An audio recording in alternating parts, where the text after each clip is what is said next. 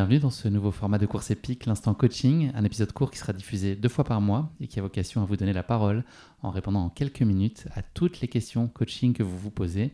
J'ai l'immense plaisir de co-animer cet épisode avec Laurence Klein, ma partenaire d'instant. C'est comme ça qu'on va se définir dans le cadre de ces instants coaching et qui va donc vous accompagner sur l'ensemble des épisodes de ce format hors série Instant Coaching.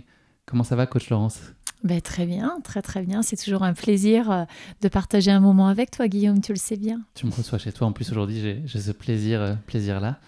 Laurence, est-ce que tu voudrais bien te présenter à nos auditeurs pour ceux qui ne te connaîtraient pas? Qu'est-ce qu'on doit savoir de toi? Alors, Laurence Klein, je suis on va dire maintenant, athlète de haut niveau dans le demi-fond français. 100 km, trail, marathon.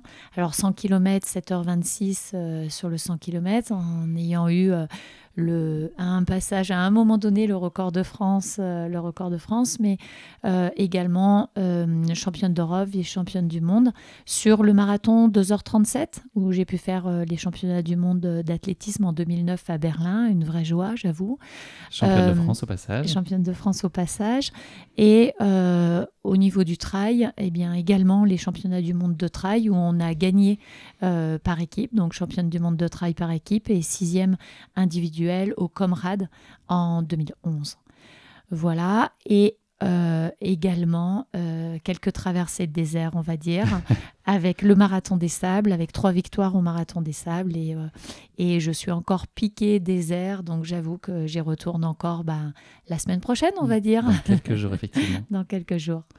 Tu coaches aussi, tu encadres l'équipe de France des 100 km? Exactement, donc la vraie chance également pour moi, c'est de passer de athlète et maintenant de pouvoir partager cette passion de la course à pied, mais également de pouvoir entraîner. Et je suis coach de l'équipe de France de 100 km au sein de la Fédération française d'athlétisme, qui est en pleine préparation là pour un futur championnat du monde qui se déroulera en fin d'année en Inde. Donc là, cette année, il va y avoir pas mal de travail aussi avec l'équipe de France de 100 km. Donc c'est plutôt très bien. Les précédents championnats du monde se sont plutôt bien passés. Exactement, oui, bien sûr, avec les médailles. Alors pour moi, c'est le must, vraiment, le plaisir, c'est de se dire qu'on a eu des médailles en tant qu'athlète, mais maintenant, en tant que coach, pouvoir avoir ces mêmes récoltes. La moisson est aussi bonne et agréable. Et très agréable également. Et le côté partage, bien sûr, mais aussi de pouvoir avoir une continuité dans la course à pied, même en ayant perdu certaines notions de vitesse, on va dire, avec l'âge. Et en parallèle, eh bien, je suis chef d'entreprise puisque j'ai une société qui s'appelle 100% Sport Business, donc qui est une force de vente supplétive mutualisée et dans l'univers du sport puisque je travaille avec les magasins de sport. Voilà. Mariée, 2 enfants pour boucler la boucle perso. Mariée, 2 enfants, Lilian et Ambre, et plein d'animaux autour de moi. Il y a Nestor, c'est Nestor, c'est ça qui voulait taper l'intrus pendant l'enregistrement. C'est le chat. Et puis tu coaches aussi des particuliers, c'est le cas, puisque j'ai le plaisir que tu m'accompagnes depuis fin 2022. Donc tu m'as guidé jusqu'à la ligne d'arrivée du Marathon des Sables 2023, un souvenir inoubliable pour moi, évidemment, puis sur mes différents objectifs sur route et trail depuis. Donc voilà, j'ai la chance que cette collaboration se poursuive dans le temps. Donc voilà, c'est aussi des choses que tu proposes. Voilà, à bon entendeur. Plaisir. Comme je l'évoquais un peu plus tôt, donc chacun des thèmes évoqués dans cet instant coaching est issu d'une question qui m'a été posée via les réseaux sociaux. Donc si vous avez une question coaching qui vous brûle les lèvres, commencez par vous abonner au compte Instagram de Course Épique si ce n'est pas déjà fait, donc courseepique.podcast. Puis envoyez-moi directement un message privé votre question. Et n'hésitez pas évidemment à suivre également le compte de Laurence, qui est Laurence_Klein. Un rappel d'importance évidemment pour mettre tout le monde bien à l'aise. Il n'y a pas de mauvaise question, Laurence, on est d'accord? Non. Jamais. Jamais. On enregistre aujourd'hui chez toi, Laurence, je l'ai dit, dans la Marne. Qu'est-ce qu'il faut voir absolument à côté d'ici? Là, j'ai un peu de temps cet après-midi, je ne suis pas sûr qu'on a beaucoup de temps, mais qu'est-ce qu'il faut absolument... C'est une région pétillante, on va dire. Il y a plein de vignes. Et donc, voilà, là, on est sur les premiers bourgeons qui arrivent. Donc, bon, la récolte va être plutôt, j'espère, bonne, hein, comme à chaque fois, pour qu'on puisse être sur toutes les tables. Mais effectivement, on va dire la spécialité, c'est le champagne et le biscuit rose de Reims, là où je travaillais auparavant. C'est à quel goût, où ça, le biscuit rose de Reims? Alors, c'est... Il n'y a pas de mots. C'est sucré, j'imagine. En fait, c'est ce qui a fait naître, petite notion culturelle, c'est ce qui a fait naître le mot biscuit. C'est une erreur. Biscuit veut dire cuit 2 fois, biscuit. Et c'est une erreur du petit pâtissier, du petit commis qui a mis... 2 fois le gâteau au four. Il venait de sortir et le deuxième est arrivé, il l'a mis. Et voilà, ça a créé le biscuit rose de Reims. Voilà, c'était la notion culturelle. Bienvenue dans cet épisode de l'instant cooking. Voilà, en fait, on va faire un petit épisode format gastro. Ok, donc cave de champagne si on a le temps avant de partir. Je suis pas certain. Laurence, on va rentrer dans le vif du sujet aujourd'hui. C'est une question qui a été posée par Eva qui s'interroge sur les différents types de séances d'entraînement et puis les bénéfices que peuvent avoir chacun. Et puis derrière ça, elle soulève la question sur la VMA, qui est une notion un peu obscure pour elle. Qu'est-ce que ça veut dire là, concrètement, la VMA? C'est l'acronyme qui signifie quoi? Et puis à quel point c'est structurant derrière dans la préparation et dans l'organisation de ces séances et la définition de ses objectifs, de ses capacités? Est-ce que tu peux nous éclairer déjà dans un premier temps là-dessus avant qu'on rentre dans le détail de chacune des séances? Bien sûr, puisque la VMA, c'est quand même très très important pour construire un plan d'entraînement. Donc la VMA, la définition, c'est la vitesse maximum aérobie tenue. Je dis bien tenue puisque on va faire une épreuve de VMA, un test VMA, et donc on va pouvoir définir sa VMA. C'est la représentation de l'énergie maximum fournie par notre système aérobie. Donc, ce qui est très important, c'est qu'une fois qu'on aura défini cette VMA, on va pouvoir commencer à préparer son plan d'entraînement et faire les séances adéquates en fonction de l'objectif que l'on s'est fixé. L'aérobie, peut-être en 2 mots, Laurence? Mais l'aérobie, en fait, c'est vraiment c'est ce qu'on appelle le système de l'énergie qui permet de fournir l'énergie. Donc, il est très important pour nous d'avoir cette aérobie développée au maximum. Et donc, dans les tests que l'on va pouvoir proposer pour faire cette VMA, on a plusieurs tests. Alors, bien sûr, il y a le VAMEVAL qui est un test connu où il y a, ça se fait sur la piste et sur cette piste d'entraînement, on va inclure l'échauffement dans le VAMEVAL par des bips. Et toutes les 30 secondes, il va y avoir un bip qui va augmenter et on va arriver jusqu'à courir au maximum et savoir à un moment, quand on s'arrête, on a notre VMA qui va être définie par l'allure maximum que l'on aura pu courir. C'est des répétitions de 30 secondes avec un incrémental à chaque fois. Voilà, on va entre 30 secondes, 1 minute et voilà, et on va tenir ce test-là. Et dès qu'on s'arrête, c'est qu'on est arrivé à son plafond. C'est ça, exactement. La séance qu'on arrive, la petite session qu'on ne tient pas, c'est celle. L'entraîneur qui a fait ce test va vous dire à combien votre VMA, à combien vous affichez de VMA. Et en fonction de cette VMA, on mettra les entraînements en place. Quand on est chez soi, quand on ne veut pas ou quand on n'a pas d'entraîneur, ou alors tout simplement que l'on ne peut pas réaliser un test de VAMEVAL, il y a un test tout simple. Il faut savoir que la VMA, on va la tenir environ 6 minutes. Si on a un coureur déjà un peu avancé, non? 6 minutes, quoi qu'il en soit, c'est 6 minutes. Pendant 6 minutes, c'est ce qu'on appelle un peu un demi-test Cooper. Je ne sais pas si tu te souviens, on parlait toujours du test Cooper. Quand on était à l'école, on faisait 10 minutes. Mais 10 minutes, en fait, c'est beaucoup trop pour définir une VMA réelle. Elle a tendance à chuter. Et justement, pour les coureurs qui sont un peu moins aguerris, eh bien, ça fausse ce test VMA réellement. C'est 6 minutes. Alors, 6 minutes, pourquoi? Parce que,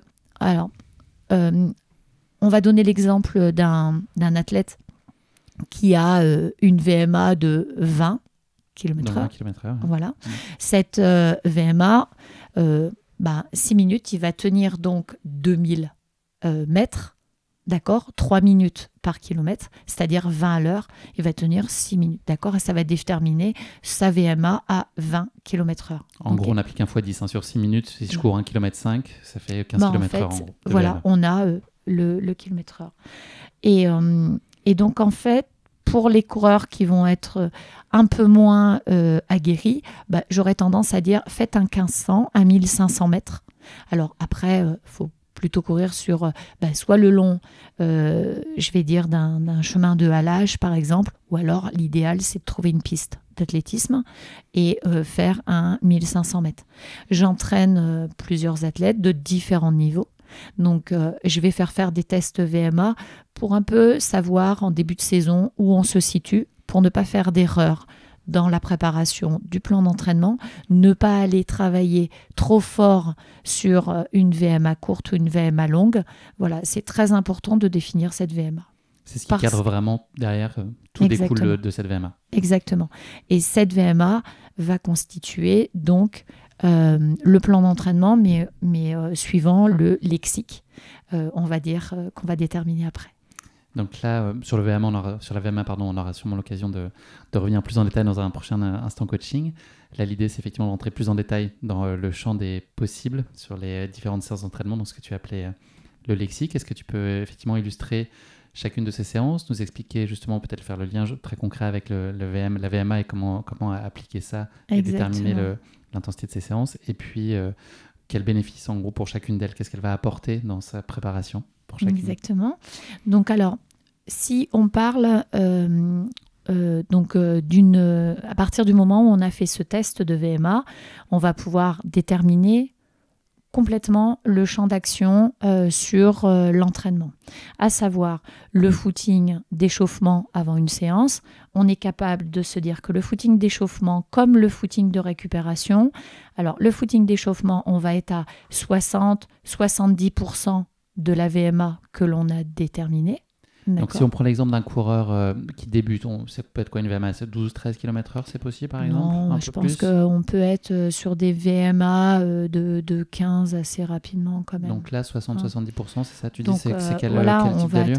On va être sur des séances, si je prends, je vais dire un athlète qui est un athlète moyen va s'échauffer aux alentours de 9 km/h, quoi, à peu près. Ça, c'est un footing d'échauffement, voilà, et un footing de récupération. Donc, on est sur entre 60-70%, et un footing de récupération, on est sur 55 à 60%.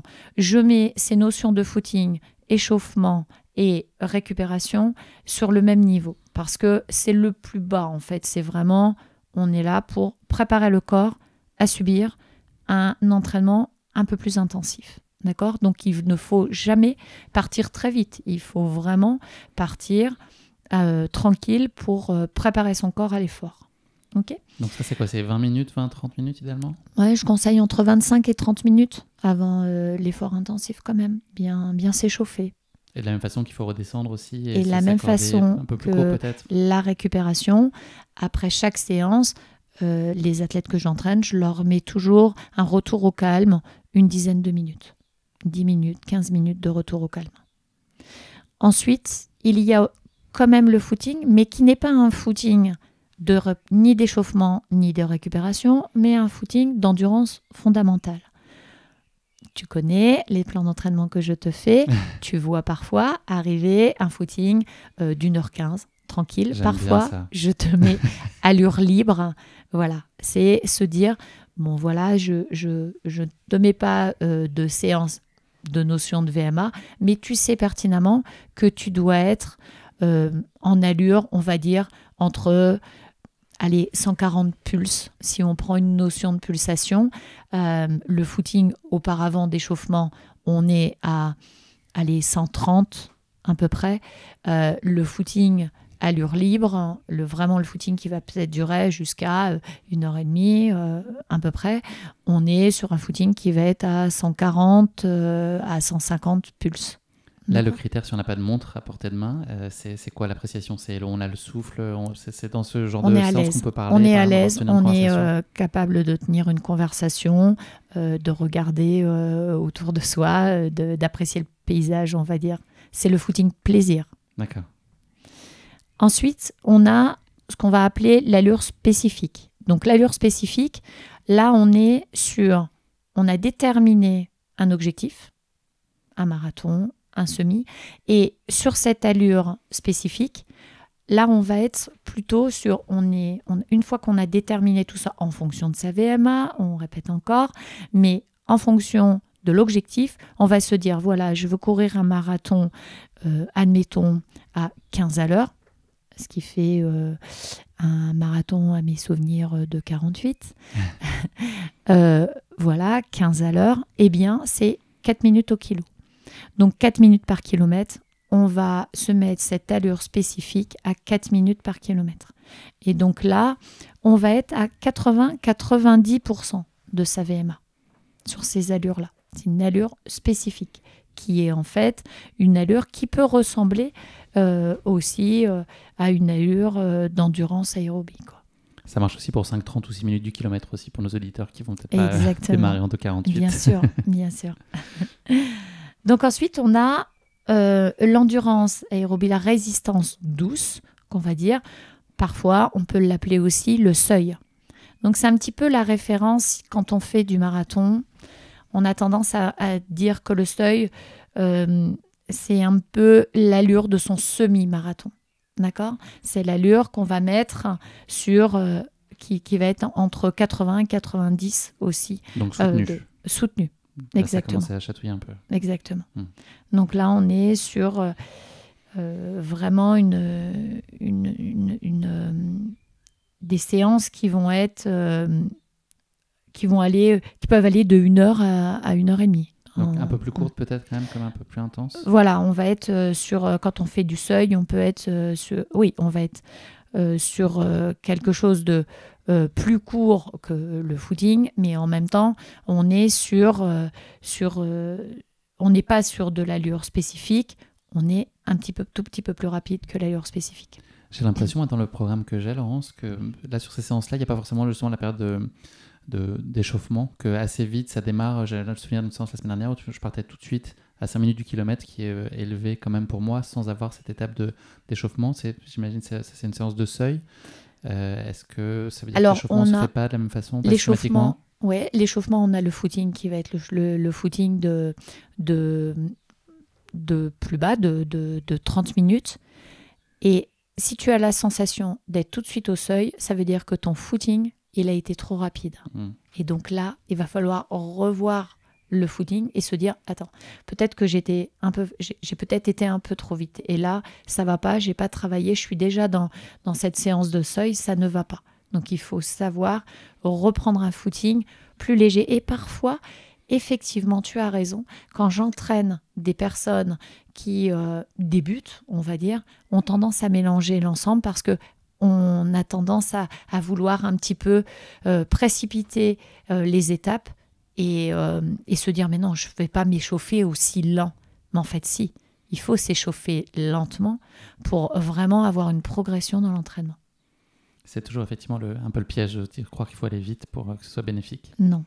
Non. Surtout qu'il faut faire très attention aussi au niveau du système respiratoire, savoir que les bronches vont s'ouvrir tranquillement avec un footing lent, avec une respiration lente, avec un échauffement aussi du système respiratoire. Il ne faut pas penser que c'est que les jambes qui nous font courir.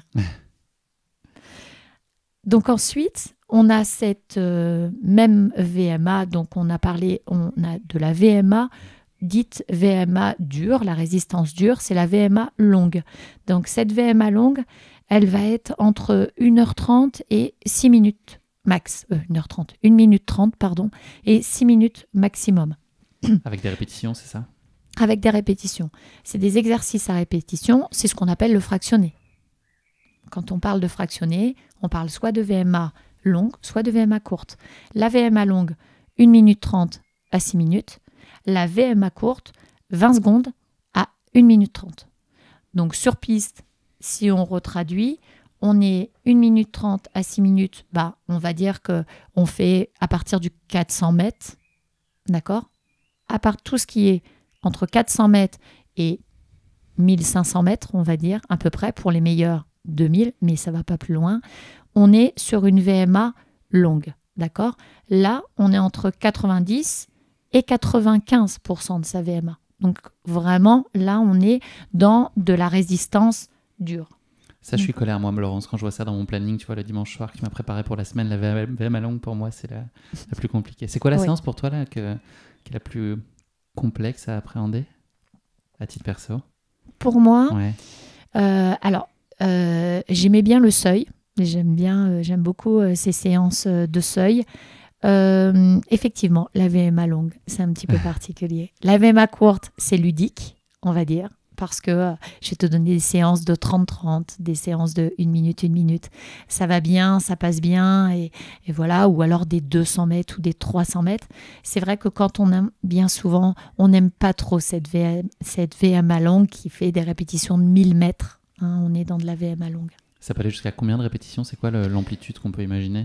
Ça dépend de la distance sur laquelle on va s'étalonner, mais on peut avoir des répétitions de 10 fois 1000, on va dire, 10, 12. En gros, 15, 6 à 10 répétitions en général, quoi, au minimum. Ouais, on est sur 10. Parfois, on peut avoir du 2 fois, 6 fois. Voilà, ça c'est quand je suis très méchante. Hier aussi, mais c'est plus court, 300, c'est bien. Le 300, oui, voilà. 300, on est sur de la VMA. Courte. Bravo. C'est la question qui pique, qui m'était destinée. Merci. Donc voilà, elle a pour but aussi, cette VMA courte, de travailler.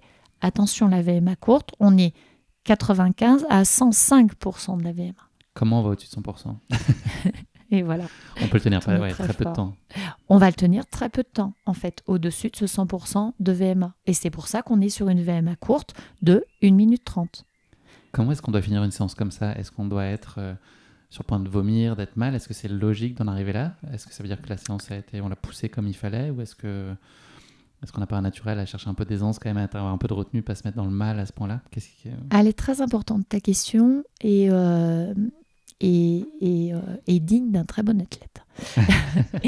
Donc, en fait, ce qui est très important quand on fait ces séances de VMA, c'est qu'il faut qu'elles soient progressives. Attention de ne pas partir sur très vite et de se dire « j'en peux plus » à la fin de la répétition, à la fin de la VMA, et que cette VMA soit en fait en régression. Il faut toujours penser à avoir une progression dans l'entraînement. L'idéal, il faut vraiment que ça joue à quelques secondes, on est bien d'accord, sinon ça serait trop simple.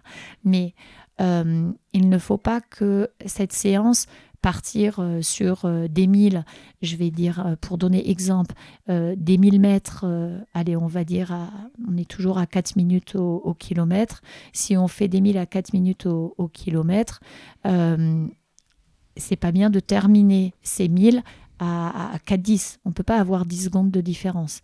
Il vaut mieux commencer ces 1000 aller à 4-2, 4-3, d'avoir quelques secondes de différence, et bien finir peut-être à 3,59 pour se faire plaisir. Il ne faut pas les faire en 3,45 ou 3,50 non plus.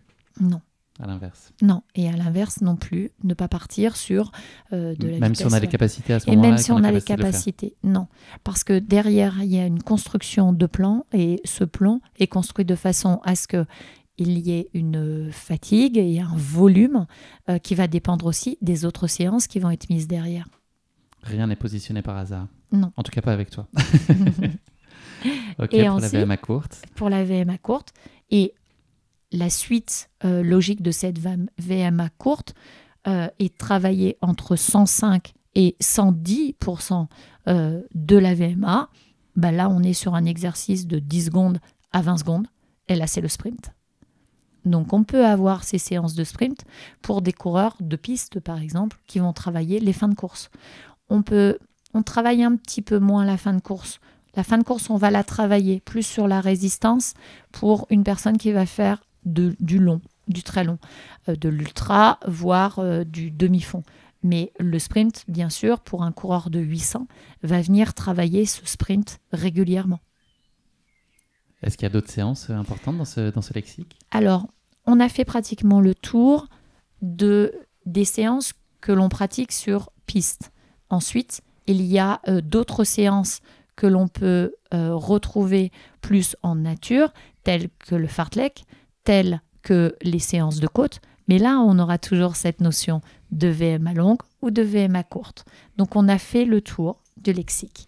Donc, fartlek, peut-être juste pour illustrer, c'est avec un peu plus à l'intuition, au feeling, mais juste s'accorder des temps un peu plus forts, avec plus d'intensité, mais en se disant, il y a un arbre à 50 mètres, je vais très vite jusqu'à lui. C'est voilà. ça, un peu ça l'idée, et puis relâcher après. Et puis, exactement. Le fartlek, on va plus être vraiment dans la nature et se dire, voilà, il y a une côte, j'accélère pendant 1 minute 30. Voilà, on est plus effectivement dans une sensation et de se dire, bon ben voilà, je vais faire du fartlek pendant, on va définir plutôt...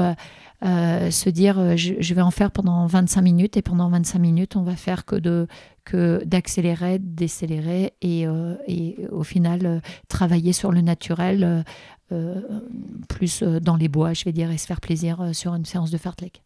Et les séances de côte, donc elles ajoutent à ça un peu plus de renforcement musculaire. Est-ce que c'est important pour ça? Et au-delà de la technique, peut-être aussi en montée et descente, il y a aussi cette notion-là de renforcement.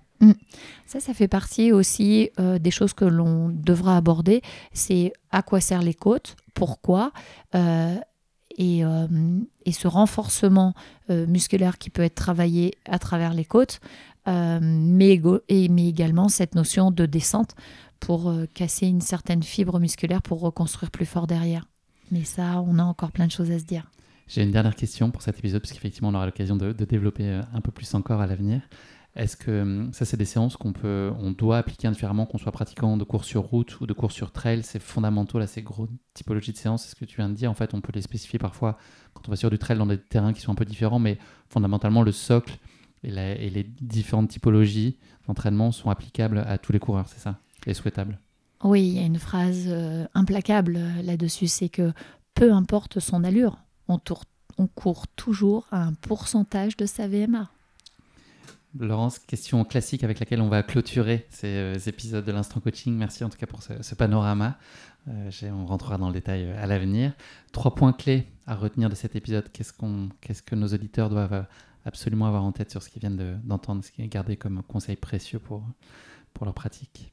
Déterminer et connaître sa VMA point de départ indispensable pour construire un plan d'entraînement afin de ne pas faire d'erreur.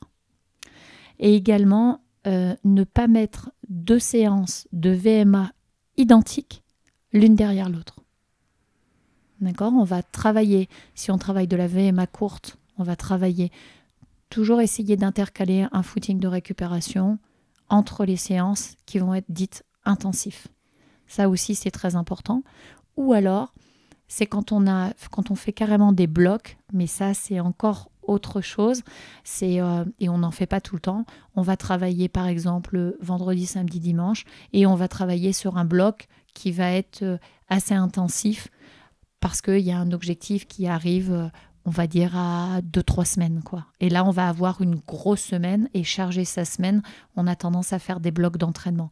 Mais il faut faire très attention, c'est ne pas cumuler les mêmes séances de VMA et ne pas se dire « j'ai raté une séance, il faut à tout prix que je la passe quand même ». Il faut faire très attention aussi à ça. Petite question bonus, est-ce que aussi l'agencement des séances et leur variation peut aussi permettre d'entretenir la motivation justement en jouant un peu sur chacune d'elles et les composer de façon une semaine assez hétérogène pour avoir l'envie finalement des séances qu'on aime un peu moins, celles qu'on préfère et finalement garder l'envie dans la durée? C'est important pour ça? Exactement, c'est justement ça, c'est le côté de construire un plan d'entraînement. Il y a aussi, et moi en tant qu'entraîneur, j'ai tendance à me dire, bon, faut pas qu'il s'ennuie. Donc pour pas s'ennuyer, on essaye de trouver, alors c'est pas des jeux, mais en tout cas des séances un peu plus ludiques. Et des séances qui ne soient pas toujours les mêmes aussi pour surprendre le corps et pour pouvoir progresser. C'est très important.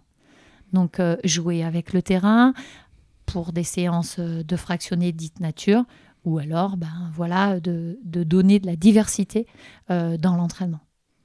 Merci beaucoup Laurence pour ce premier instant coaching. J'ai déjà envie d'entendre les prochains. Ça tombe bien, on va les enregistrer là dans les minutes qui arrivent. Merci aussi à Eva pour sa question. Et puis si vous avez des retours sur ce format-là, n'hésitez pas à nous en faire part à Laurence et moi. N'hésitez pas aussi à poser vos questions, vous l'avez compris. C'est ça qui va nourrir aussi nos échanges et on sera ravis de pouvoir vous aider, vous accompagner en tout cas dans le développement de votre pratique et puis dans le plaisir. J'aurais tendance aussi peut-être à rajouter, c'est qu'un objectif sans plan reste un souhait. C'est vrai. On finit là-dessus. On finit là-dessus.